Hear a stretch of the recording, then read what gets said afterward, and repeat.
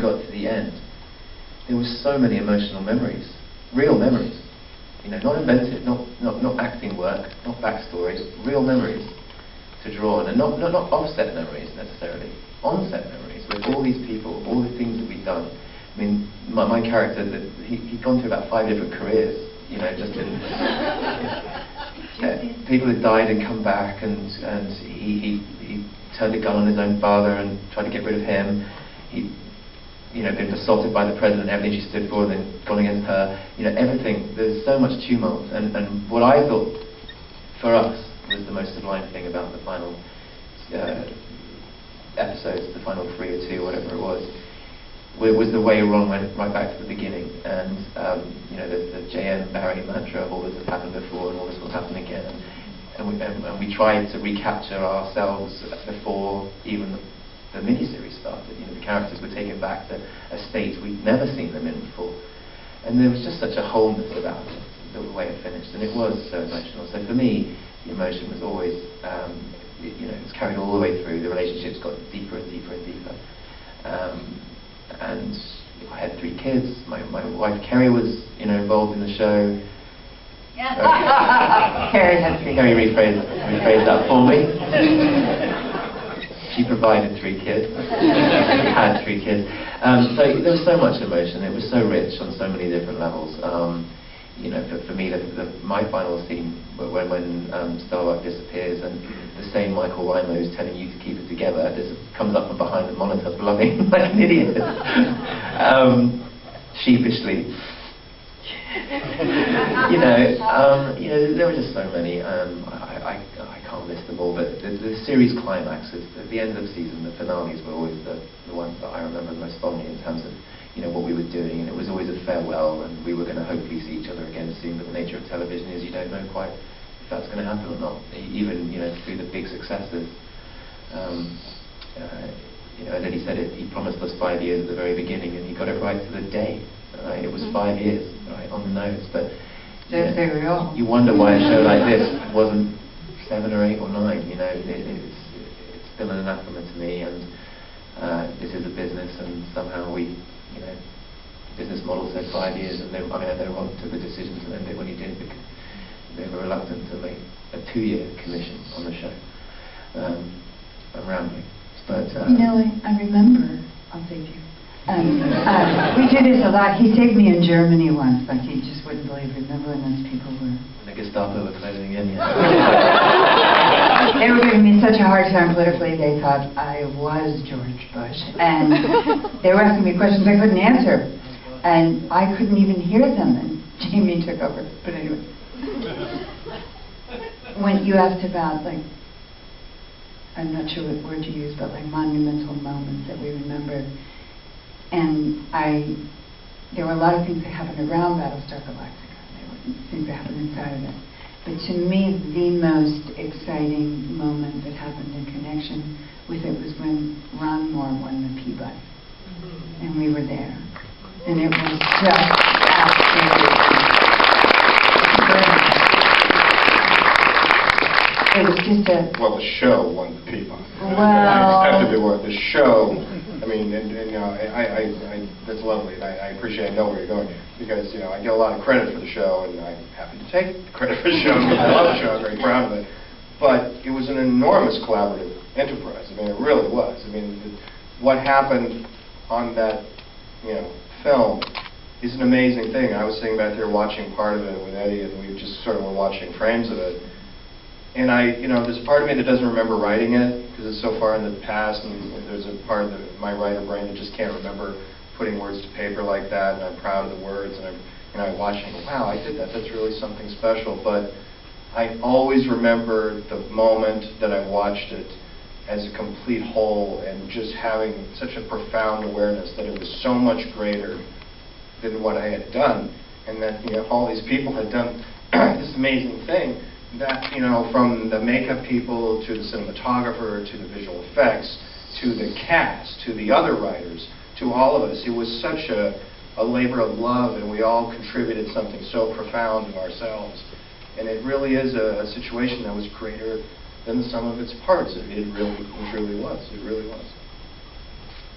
but still, watching you get the Peabody was pretty awesome, Ronald. Well, I think we might have time for a couple of audience questions, if you guys are willing to do that. If folks have questions for our panelists, there's a roving microphone. Hi guys, thanks for doing this. This is a great event. Ron, could you tell us a little bit about that last scene?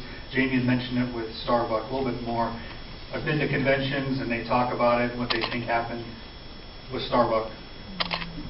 Well, I'm glad we still talk about it. You know, what is Starbuck is still one of the most frequently asked questions that I get in terms of the show. And that was a deliberate choice. We had a long conversation about it in the writer's room. We said, well, you know, do we want to provide a label and a definition for what Starbuck is?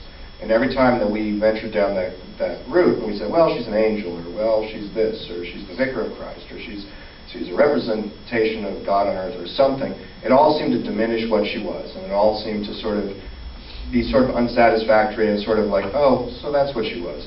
And baked into the show from the miniseries was this notion of God or gods or some other power or something else, that the show dealt with religion in a way that sort of spoke to our, you know, our collective human experience, that says there's some part of us that wants to believe in something else or thinks there might be something else, and sometimes we establish elaborate rituals around it, but we all have this sort of longing to understand that why am I here? Maybe there's something beyond me, maybe there's something that greater. And in the show, there was something greater that intervened periodically, that seemed to speak to people. It gave them visions, it gave them guidance, it messed around in human affairs for some reason. And Starbuck was some representation of that power. And at the very end, it felt to me, and it's just a subjective thing, I felt that to provide definition of that was to diminish it. That, you know, our collective experience with whatever greater power there may or may not be is mysterious and unknowable and unanswerable. And I thought Starbuck should be the same way. We should not understand what she was. It should be an unanswered question, and that it would be more effective and would resonate longer if we don't answer it. And that's what we did. And so to this day, people still ask me the question. So I think we succeeded in that endeavor. Is there another question?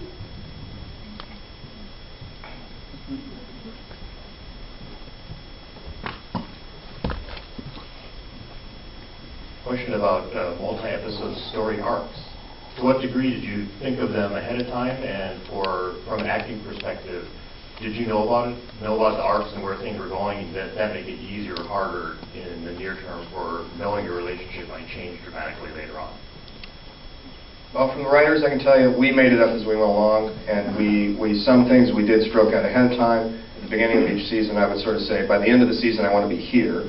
Into season 1, I knew I wanted Laura to have acted in a way that Adama decided he had to institute a coup against her and put her in jail. I knew that was the end of season 1. Let's figure out our path to it. And each season was kind of like that. About 10 episodes in, I'd say, let's get to here, and then let's figure it out, the journey along that. And we would have sort of somewhat general conversations with you guys about where it was going. So I don't even remember how much you knew ahead of time. The very first meeting that we had at breakfast, when you guys offered me the role, and I wanted to meet you and David and Michael, I said to you, Ron, I do have a concern about his cancer. I mean, how long a job is this? I mean, that's really what I was asking. I didn't say that. I was trying to, it was like an actor question. I was like, oh, there's only one season. And you said to me right then and there, I think that, she may die in the last episode, maybe when they reach Earth or something. But well, good, job security. And then I forgot about it. Do you know what I mean? I sort of forgot that you said that until it started to come closer. And there it was, and you had found a way to fulfill what you saw as an instinct to begin with. It was amazing. That's amazing, right? I think that's... None of us knew at any given moment what was going to be done. We learned it the same way you did. We read it around the table, and then we all found out what was happening. But we really didn't know anything. It was wonderful. It was just, we loved going to the readings. And nobody ever missed the reading. Yeah, until they were like making people silent, and then it got really tense. Yeah, really. It was there were some personal moments, but there was nothing more exciting than the letterbox going in Vancouver and this brown buff envelope, heavy, kaboof. It was like, what's going to happen? Who's going to be asylum? And yeah, it was emotional for some of the actors who just absolutely had, were prided themselves on their humanity. Find out that you were, asylum. And then there were some actors desperate to be asylum. As soon as you read your death sequence, it's like, I might be asylum. It could go both ways. And then, of course, the big one was when Starbuck died. And, hello, what happened? And Katie obviously knew and had been sworn to secrecy for a while. And was, she's a great actress, but I'm not sure. It was a bit of a twinkle. I wasn't sure what was going on. So that was intrigue. For that was a profound mistake, the way we dealt with it. Because it's not the story of it, but we said, okay, we want to keep this as quiet as possible. So we're not going to tell anybody that we're not really killing Starbuck and that Katie's off the show, right? So we told Katie, and we said, you can't tell anybody, because we didn't want it getting out there into the great beyond, and so just keep it to yourself and just hold it. We're even going to take her name out of the main credits and all this stuff. So we sent it out, and so you're doing the show and you're shooting it, and back in LA, the writers, we're thinking like, we're many episodes ahead, and I'm doing post and episodes behind, so you kind of forget about what's happening on the stage that day. Suddenly we get these calls, they're freaking out on the stage. Like there's a quasi-mutiny going on, because it's like, hey, you said, like, you got up in front of everybody, so we heard it was like, well, the show's never going to be the same. That's it. It's a whole different show. People were so upset, and we're getting these panicked calls in LA, like, you better say something, man, like, they're freaking out. Like, oh, really? Like, yeah. And then Katie, for some reason, brought her mother to the set, and her and her mother are, like, crying, and which I never said to do. I never said enlist your mother and bring her there to cry on the set. But they're, like, carrying on. And so I finally had to call Eddie. I called you up. I'm like, all right, Eddie, we're not really killing. She is coming back. Oh. All right. Okay, this was the stupidest thing that we ever had. They were so upset. They were just like devastated. The idea that we would kill Starbuck and that Katie wouldn't be with us from that point. I mean, it was just such a profoundly dispiriting idea for the cast and crew. It was like, okay, we shouldn't have done that. Well, you can see their point.